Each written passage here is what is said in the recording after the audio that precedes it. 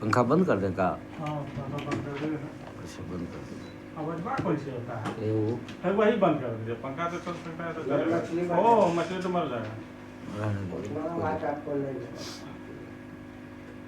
फिर कैमरा नहीं लगेगा आपको, ठीक है? अगर आप खिलाइएगा थोड़ा भी तो इसमें आ जाएगा। ठीक ठीक। सर किस मुद्दे पे आज आपने पीसी रखा है? देखिए, वर्तमान समय में पूर्णिया अत्यंत चिंताजनक दौर से गुजर रही है।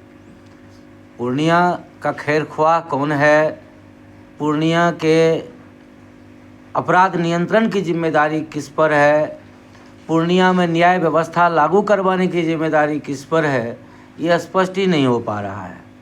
एक तो आपने देखा कि तनिष्क शोरूम में दिन दहाड़े लूट हो जाती है, प्रशासन लिपापोती करके लोगों को गुमराह करने का प्रयास करती है। 6 तो अपराधी पकड़ा भी गया है।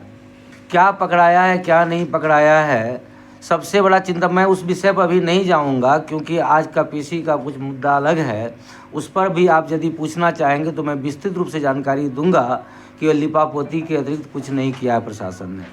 दूसरा कि आप कस्बा में देखें कि शाम अहले शाम 6 साढ़े 6 बजे की बात है, एक जनप्रतिनिधि को गोली मार दी जाती है। इन सारे जगहों पर प्रशासन सुस्त और निठल्ला दिखता है, लेकिन जब बात आम आवाम को प्रताड़ित करने की आती है तो प्रशासन चुस्त दुरुस्त दिखने लगता है। ये जो वाकया आज जिसके लिए मैंने प्रेस कॉन्फ्रेंस बुलाया है वो लखनझड़ी, आप देखते हैं गुलाब बाग बाजार समिति है मंडी, उसके पूरब साइड लखनझड़ी मौजा है, मौजा थाना 97 है, खाता 146 है, खेसरा 519 है। मूल खतियान में ज़मीन 1 एकड़ 37 डिसमिल दर्ज है। कालांतर में जब वहाँ से NH गुजर रहा था, NH की विस्तृतीकरण के लिए भारत सरकार ने NHAI ने भूस्वामी से 9 डिसमिल ज़मीन खरीदा, उसके बदले उनको मुआवजा दिया। अब जमाबंदी रह गया 1 एकड़ 28 डिसमिल का। उस 1 एकड़ 28 डिसमिल ज़मीन का ये खतियान आप देख रहे हैं, आप जूम करके देखिए खतियान, और इस खतियान को जारी करने वाली संस्था का नाम भी बिहार सरकार है, अंचल कार्यालय पूर्णिया पूर्व। उसके बाद आप देखिए ये जमाबंदी की रसीद, जमाबंदी पंजी है, ऑनलाइन कंप्यूटराइज्ड जमाबंदी पंजी आपको दिख रही है, जिसमें उक्त भूमि खाता 146 खेसरा 519 रकबा 1 एकड़ 28 डिसमिल, ये ज़मीन स्वर्गीय गौरीशंकर यादव और स्वर्गीय सीताराम यादव जी के नाम पर दर्ज है। अब जमाबंदी के बाद आप देखिए ये लगान रसीद, आप सभी को मालूम होगा कि बिहार में जिन ज़मीन की पैमाइश होकर के ज़मीन को अपडेट करके कंप्यूटर पर चढ़ा दिया गया ऑनलाइन, उसी ठोका ऑनलाइन रसीद करता है। यह ज़मीन अपडेटेड है, ऑनलाइन है, इसलिए ये ऑनलाइन रसीद, अद्यतन रसीद 2024-25 तक का कटा हुआ है। ये भी किनके नाम कटा हुआ है? सीताराम यादव, स्वर्गीय सीताराम यादव, स्वर्गीय गौरीशंकर यादव के नाम। अब आगे बढ़िए आप, ये देखिए भूस्वामित्व प्रमाण पत्र है, भूस्वामित्व प्रमाण पत्र, ये अंचल कार्यालय पूर्णिया पूर्व के द्वारा निर्गत है, जो बिहार सरकार की ही इकाई है। भूस्वामित्व प्रमाण पत्र, इसमें भी मोटे मोटे अक्षरों में आप देख रहे हैं स्वर्गीय गौरीशंकर यादव, स्वर्गीय सीताराम यादव का नाम दर्ज है। अब आगे बढ़िए आप, ये अद्यतन भूस्वामित्व LPC अद्यतन 2024-25 का, ये भी इनके नाम है। मैंने आपको बताया कि जो ये देखिए खतियान जो दर्ज है इनके नाम है। मैंने आपको बताया कि बिहार सरकार के द्वारा अनुमोदित संस्थाएं, अंचल कार्यालय हों या और कोई हों, जिन्होंने ये सारे चीज़ को इन भूस्वामी के नाम पर दर्शाया है, खतियान भूस्वामी के नाम, म्यूटेशन भूस्वामी के नाम, LPC भूस्वामी के नाम, अद्यतन रसीद 2024-25 का भूस्वामी के नाम दर्ज है।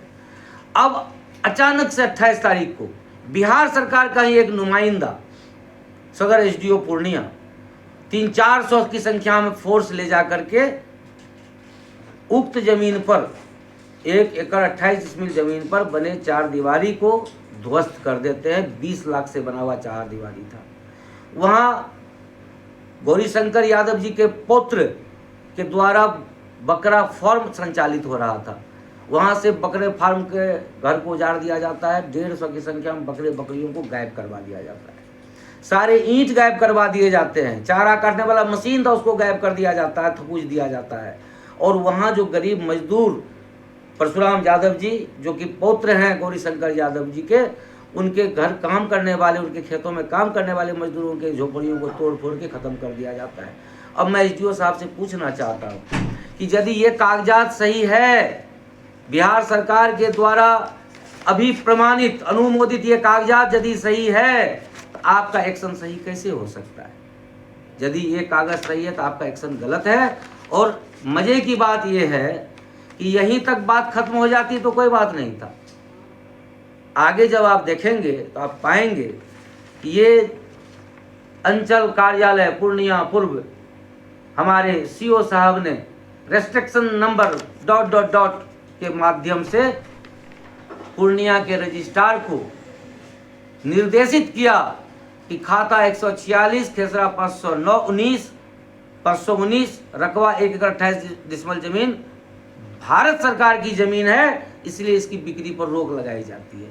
अब मैं पूछना चाहता हूं, एसडीओ साहब कहते हैं बाजार समिति की जमीन है, कागजात कहती है गौरीशंकर यादव और सीताराम यादव की जमीन है, और सीओ साहब कहते हैं केंद्र सरकार की जमीन है। क्या कानून व्यवस्था ऐसे चलेगा? एसडीओ साहब, आपकी जिम्मेदारी है गरीबों को न्याय दिलाने की। इस गरीब का क्या दोष है? मैं चाहूंगा कि आप इसके तरफ कैमरा घुमाएं। इसका क्या दोष है? इसका यही दोष है ना कि ये गरीब है। यही दोष है ना इसका कि ये गरीब है, इसको न्याय नहीं मिल रहा है। गरीबी के कारण इनके पुश्त दर पुश्त गरीबी में काट दिए। अपना जमीन जायदाद रहते हुए इनको हमेशा बेदखल करते रहा सरकारों ने। अब प्रशासन का सर क्या कहना है इसमें?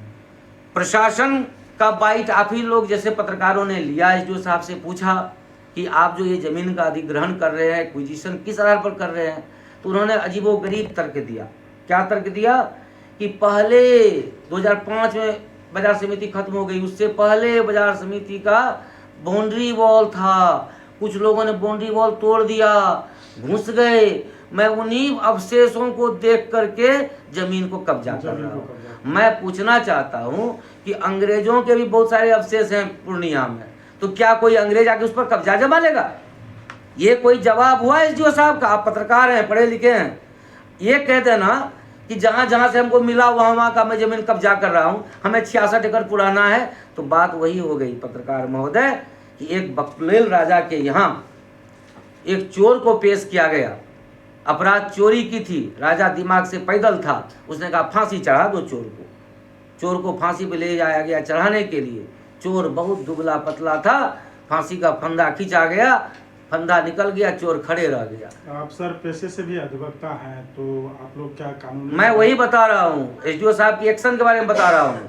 तो राजा ने कहा कि जिसके गले में यह फंदा सेट हो जाए उसी को फांसी दे दो। एसडीओ साहब ने भी वही काम किया है कि जो जमीन खाली है उसी को एक्विज कर लो और 66 एकड़ पुरा दो, बिहार सरकार से तमगा पालो, गरीब मर जाए तो मर जाए, मेरे को क्या। अब आप लोगों का एक्शन क्या होगा कानूनी तौर पे? जहाँ प्रशासनिक हुड़दंग होती है वहाँ कोर्ट का हंटर चलता है।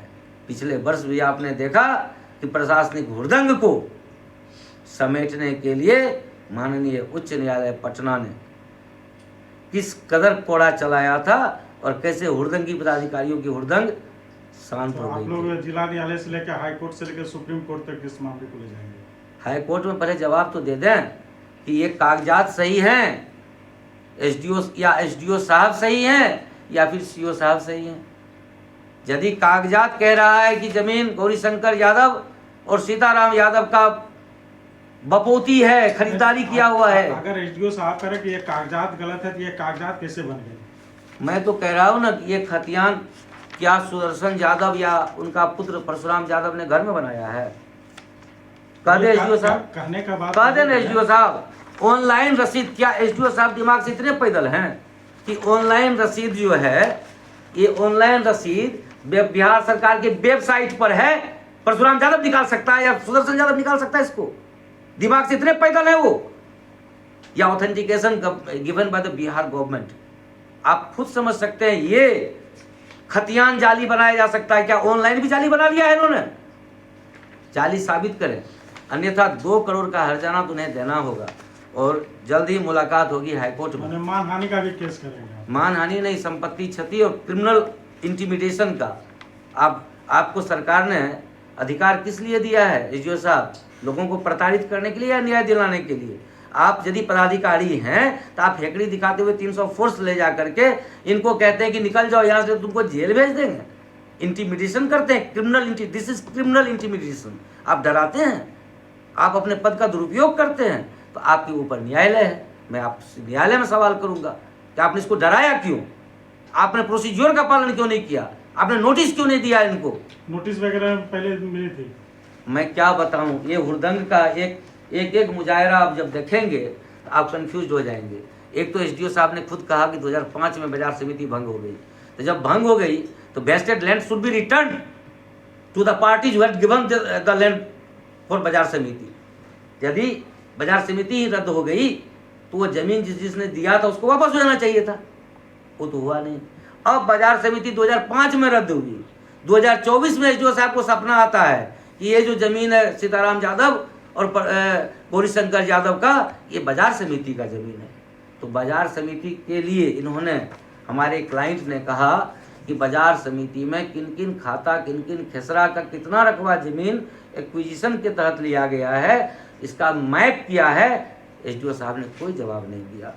हमारे क्लाइंट को प्रथम अपील में जाना पड़ा, उसमें भी जब जवाब नहीं मिला तो देख लीजिए ये चिट्ठी, गौर से मैं चाहूँगा इसको जूम करके आप लोग जरूर देख लीजिए। ये चिट्ठी सचिव बिहार सरकार के द्वारा प्रेषित है, प्रेषक सचिव हैं, प्रेषित है एसडीओ पूर्णिया, और मांगी गई सूचना है कि परशुराम यादव के द्वारा जो सूचना मांगी गई है उसको उपलब्ध कराते हुए एक कॉपी पटना भी भेजी जाए। एसडीओ साहब ने सिरे से खारिज कर दिया कि कागजात बहुत पुराना है, अभिलेखागार में अभिलेख उपलब्ध नहीं है। 300 साल पुराना कागजात उपलब्ध है, आरटीआई के तहत भी कोई कोई जवाब नहीं दिया जा रहा है। और इस चीज़ का एक ही, इन सारे चीज़ों पर जब आप विचार करेंगे एक ही जगह पर आप आ जाते हैं कि गरीबों को न्याय देने के लिए जिन व्यक्तियों की नियुक्ति की गई थी एसडीओ के रूप में, सीईओ के रूप में, बीडीओ के रूप में, थाना प्रभारी के रूप में, डीएसपी के रूप में, एसपी के रूप में, वे न्याय देने के जगह अन्याय पर उतारू हो गए हैं। समझे? एसडीओ का जवाब है। चलिए, हो गया, बहुत लंबा है। तो सर आगे का कार्रवाई आप लोगों का, आप अधिवक्ता, कार्रवाई आरंभ है। मैंडेमस के तहत रीट फाइल हो चुकी है, अभी तो मैंडेमस के तहत किया है। इनको बुला रहा हूँ कोर्ट में, हाई कोर्ट में। इसकी क्या जवाब देते हैं ये, इसके बाद क्रिमिनल रीट फाइल होगी और इनसे 2 करोड़ रुपए का हर्जाना वसूला जाएगा। जी, बहुत धन्यवाद। धन्यवाद।